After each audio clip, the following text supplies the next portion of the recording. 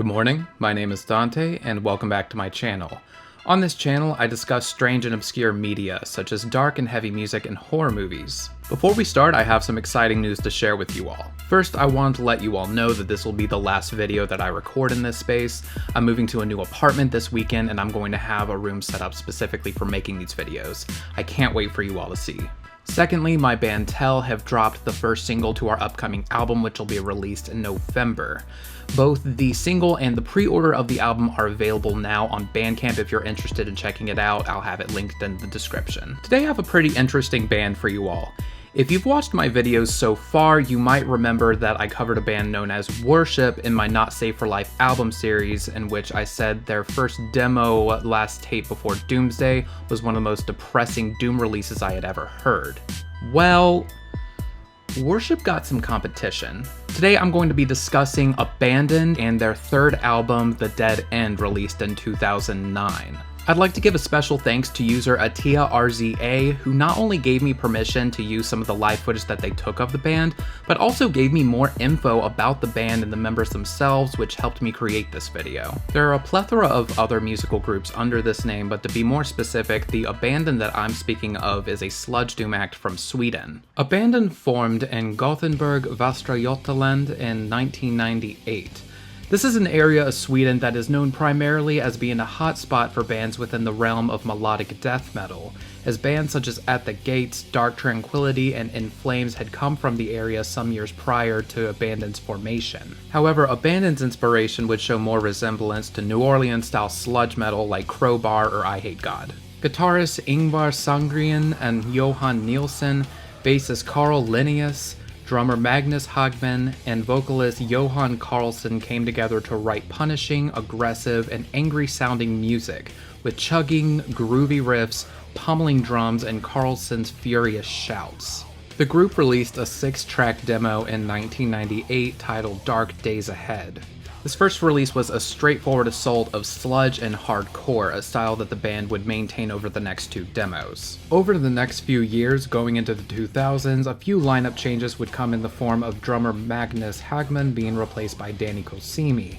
Guitarist Johan Nilsson departed, leaving Ingvar Sandgren as the sole guitar player. Lastly, bassist Carl Linnaeus would be replaced by bassist and secondary vocalist David Fredriksson. The band would sign to a label known as Blackstar Foundation, which would lead to the release of their first album, When It All Falls Apart. This 6-track debut saw the band upping the ante a bit and adding more intensity and dissonance to their already powerful and hateful sound. Likewise, vocalist Johan Carlzon had taken an interest into anarchist and left-wing politics, which are reflected in the album's lyrical themes and sound samples scattered throughout the songs. The air of disdain and fury towards society resonates in the layered vocals, in which Fredriksson's throat-shredding screams pair with Carlson's mid-range shouts. Around this time, Carlzon would also join a death grind act known as Relevant Few, in which he would write about these politically themed topics on a few of their releases. Abandon's second album, In Reality We Suffer, would be released in 2004. From the beginning of the album, one can't deny a significant shift in mood and tone from the band's prior material. In Reality We Suffer is a much more funereal, dire, and desperate sounding release in comparison to the band's previous works. While their hardcore-fueled sludge can still be detected in the mix, slower tempos and a far more despondent atmosphere take precedence. This is a downright uncomfortable album, taking on the suffocating, droning type of sludge doom that bands like Burning Witch and Monarch made themselves known for. To suit the shift in musical approach, the politically charged anger and disgust found in Johan's lyrics are reduced to utter desperation, dejection, and suicide. Dragged through the pain once again. From this, I'll gladly perish. Meaningless growth in these scars of your fucking regrets. Torture drowning. Choking beneath the surface of wrath. Led through the darkness, guided by the soothing hate. From this unwanted existence, I'll gladly perish. Dragged through the pain once again. From this, I'll gladly perish.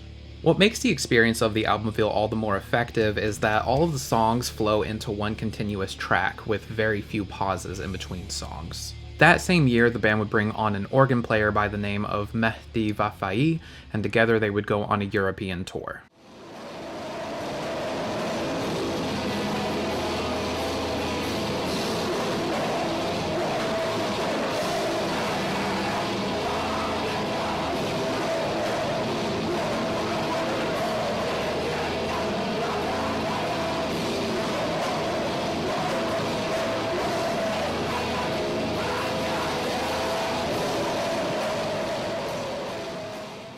After the release of In Reality We Suffer, things weren't really in a good place for the members of the band. Both organ player Mehdi Vafai and bassist David Fredrickson were diagnosed with Hodgkin's lymphoma, which, if you aren't aware, is an aggressive form of cancer that attacks the body's lymphatic system. In addition to that, vocalist Johan Carlzon was diagnosed with BPD, or borderline personality disorder. This is a mental illness generally characterized by very intense emotions.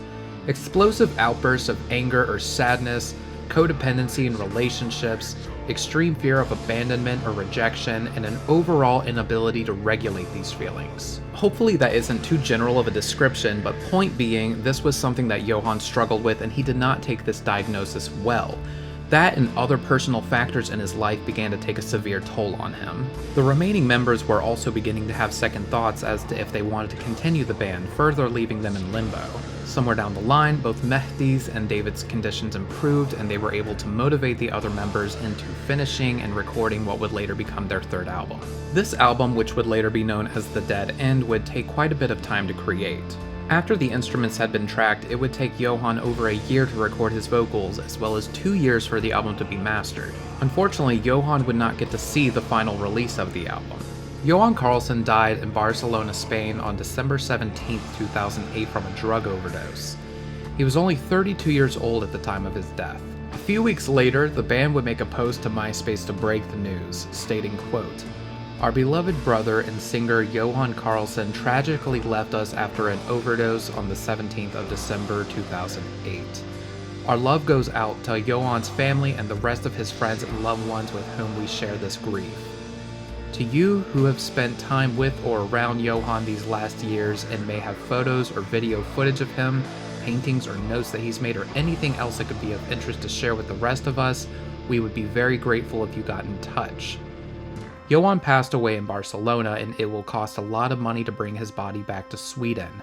We're trying to scrape together as much as we can and would be deeply grateful for any donations no matter the size. Our new album, The Dead End, will be released this year as a tribute to the unique character and amazing talent of Johan." On October 9th of 2009, The Dead End would finally see the light of day. The album consisted of 10 tracks totaling an hour and 46 minutes spread over 2 discs. The title of the album was supposedly a nod to Nico's 1974 album The End, while the artwork consists entirely of paintings made by Johan, primarily depicting grim, abstract characters over warm hues of orange, yellow, red, and black. The hellish and apocalyptic imagery give a pretty straightforward idea of what to expect from the music within. I actually own this album on CD and still have yet to listen to it all in one sitting because it is truly one of the most devastating albums I have ever heard. Musically, the first thing worth noting is the presence of the organ lines, in which droning, distorted ambient textures resonate throughout the album. When the rest of the band joins in, spacious and massive ensembles of trudging guitars, corrosive bass tones, and repetitive drum lines blare in the mix alongside the dismal chords of the organ, creating an incredibly mournful atmosphere. While the band's roots in sludge make an appearance in the form of a 4-minute mid-tempo track entitled Falling Into Place, this album truly embodies the sound and meaning of the term funeral doom metal. The tempo of the songs rarely pick up above a glacial trudge, dragging the listener along its path. The agonizing shouts of Johan wail across the crushing arrangements, with sparse lyrics detailing desperation and hopelessness. The lyrics of the song There Is No Escape sum this up pretty well. I tried to run away. A desperate escape. All in vain. The only thing that changed was the ground beneath my feet. The stain remained, so did the fucking shame. Between the tracks featuring Johan on vocals are 5 instrumental pieces, 2 of which are simply titled Eulogy.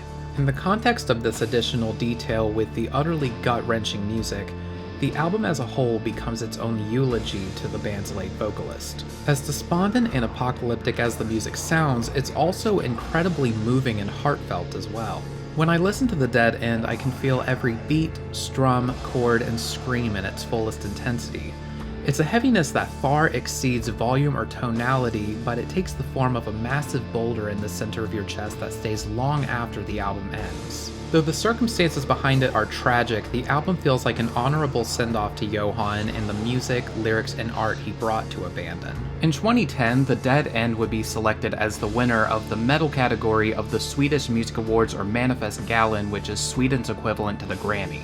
In 2011, the band would perform select songs from the album with a special lineup, consisting only of David Fredriksson on drums, Mehdi Vafai on organ, and guitar and vocals handled by Ufuk Demir, a friend of the band who plays in another sludge act known as Walk Through Fire. Around this time, The Dead End would be pressed on vinyl as a triple LP with a limited release of only 275 copies.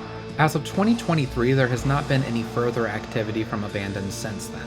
Though I have not found an official statement that they have split up, I think the circumstances surrounding the band and the release of The Dead End give us a pretty good indicator of where things stand. To end things on a more uplifting note, Johan's legacy would not end with the band. Johan's two sisters both are musicians as well. Elina Reed is a singer-songwriter, while Elise Reed has toured and performed with a decent handful of metal bands, primarily in trance metal act Amaranth. Elise would go on to state in an interview with blabbermouth.net that she met her bandmates in Amaranth around the time that Johan passed away, and she saw her brother's death as a catalyst to form the band and continue to make metal music in his honor. Though the band has remained pretty obscure even in most online sludge and doom circles, The Dead End has interestingly started to gain a bit more traction on rateyourmusic.com this past year, with many of the commenters stating it's one of the most powerful funeral doom albums they've heard. In hindsight, as someone with about 15 years of experience listening to this genre, I think I have to say the same. As someone who has a considerably high tolerance for depressing, bleak music, I can safely say that The Dead End is one of the most devastating albums I've ever listened to.